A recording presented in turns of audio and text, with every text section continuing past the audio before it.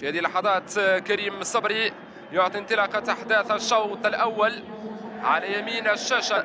تعود من جديد دائما لعناصر نادي حسنية أكادير، فرصة في منطقة الجزاء، التسديد، التصويب بشكل ممتاز من يوسف ميري لمرمى أيوب الأكراد. تسديدة كانت رائعة، تسديدة كانت لمرزاق، العرضية من مرزاق،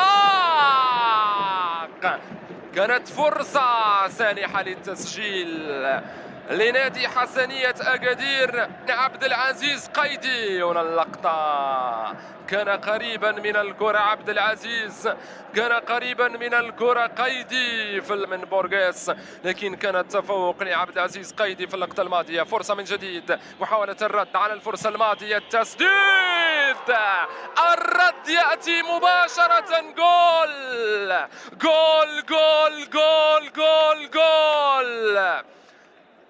حمزة إيجمان يسجل الهدف الأول لفائدة ولمصلحة نادي الجيش الملكي على طريقة اللاعبين الكبار، وهو منهم حمزة إيجمان، ولمصلحة نادي الجيش الملكي. هنا اللقطة، هنا الفرصة، هنا المحاولة، هنا التصويب، وهنا التسديد. حمزة إيجمان يؤلف في الوقت المناسب. حمودان، فرصة لعناصر نادي الجيش الملكي، المراوغة من زكريا،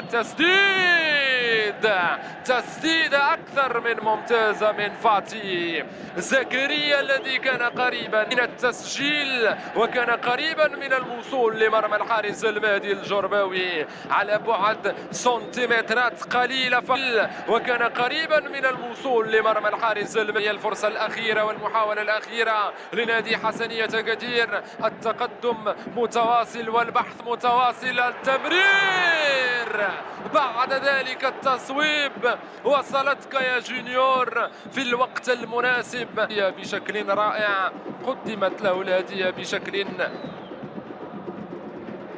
مع مباريات ركنية لفائدة ولمصلحة حسنية أكادير. فادي بنشوق التونسي، فادي ضربة رأسية، ما زالت الفرصة، ضربة رأسية تصطدم بالعارضة. كان قريبا يوسف ميري من التسجيل ومن الوصول إلى الشباك. هنا اللقطة، ضربة رأسية تصطدم بالعارضة، التدخل،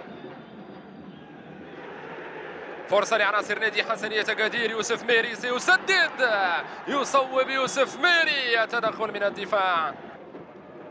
أولى مبارياتها يوم الجمعة الماضي.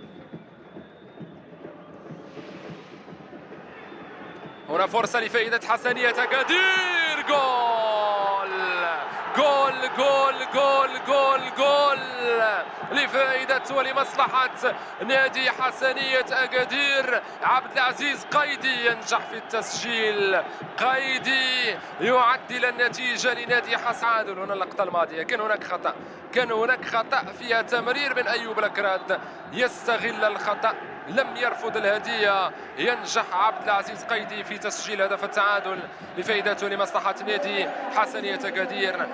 باحثا عن أيوب الأخضر، كرة في وسط الملعب، الكرة وصلت لمهري، فرصة لعناصر نادي حسنية أكادير، التسديد، جول جول جول جول جول جول، الهدف الثاني في الدقيقة 71.